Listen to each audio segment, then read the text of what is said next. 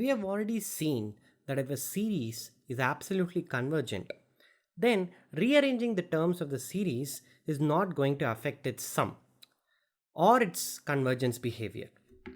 Let's now see another algebraic operation that you could do to an infinite series.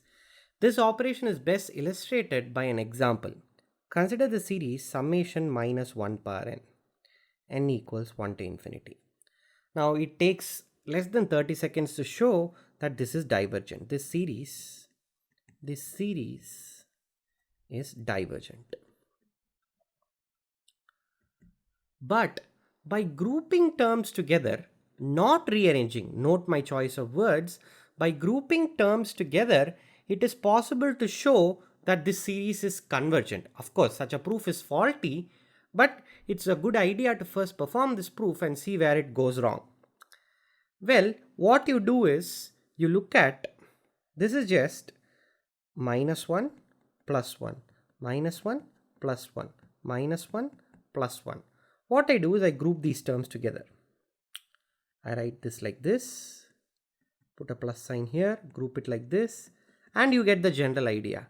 I get 0 plus 0 plus 0 plus dot dot dot. Okay? Clearly this regrouped series converges to 0.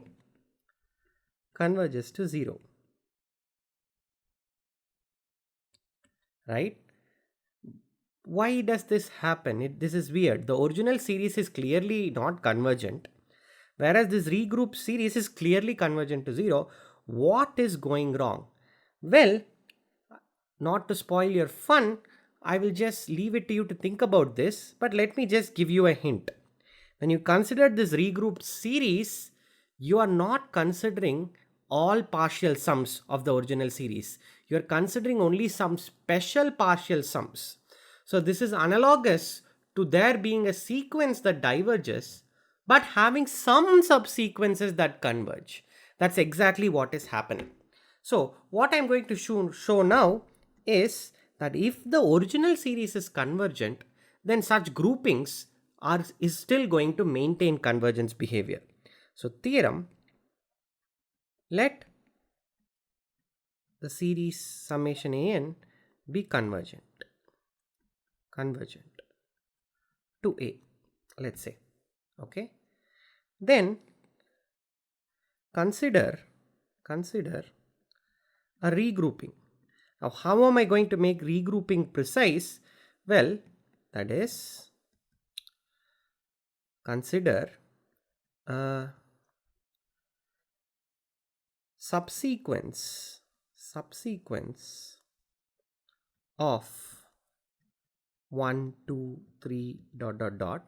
I'm just considering a subsequence of the natural numbers. Okay, call this subsequence, call it nk, and define a1 to be not a1 b1. Define b1 to be a1 plus a2 plus dot dot dot an1. Then b2 is an1 plus 1 plus an1 plus 2 plus dot dot dot plus an2, and you get the idea. b3 is just an2 plus 1 plus dot dot dot an3. So essentially what I'm doing is I have this a1, a2, a3, a4 dot dot dot. A regrouping is just inserting parentheses at appropriate points, right, without changing the order. So I'm just inserting parentheses, doing this addition first, then this addition, then whatever addition comes next, so on and so forth. So that is neatly captured by just considering a subsequence of n and considering a new sequence whose first element is just a12 dot dot dot an1. That is just this. Here the ordering really doesn't matter when you are taking these finite sums, but I'm just writing it in the same order. Okay, and then b2 is just this, b3 is just this, so on. I'm just grouping the terms together, and there is this definition perfectly captures what it means for a for this bk to be a regrouping. Then conclusion, summation bk is also equal to a. So the series bk, now I will not use bk, let me just write bn again. This series bn also converges to a. Now proof. The proof is rather easy. Let Sm be partial sums of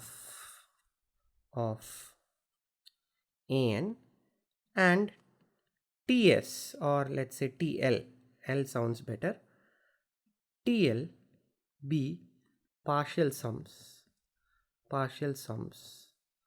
of Bn. Then T1 is actually just Sn1, right? And T2 is just Sn2. Okay, think again, there's nothing really to explain. T1 is just Sn1, T2 is just Sn2. In general, this TL is just SNL, right? So hence this TL is actually a subsequence of Sm, hence proved. Therefore we are done. That's it. Any subsequence of a convergent sequence must converge to the same point. So this was a really short module. What we have now shown is that you don't really require absolute convergence for grouping terms. Just convergence is enough to guarantee good behavior. This is a course on real analysis, and you have just watched the module on grouping terms of an infinite series.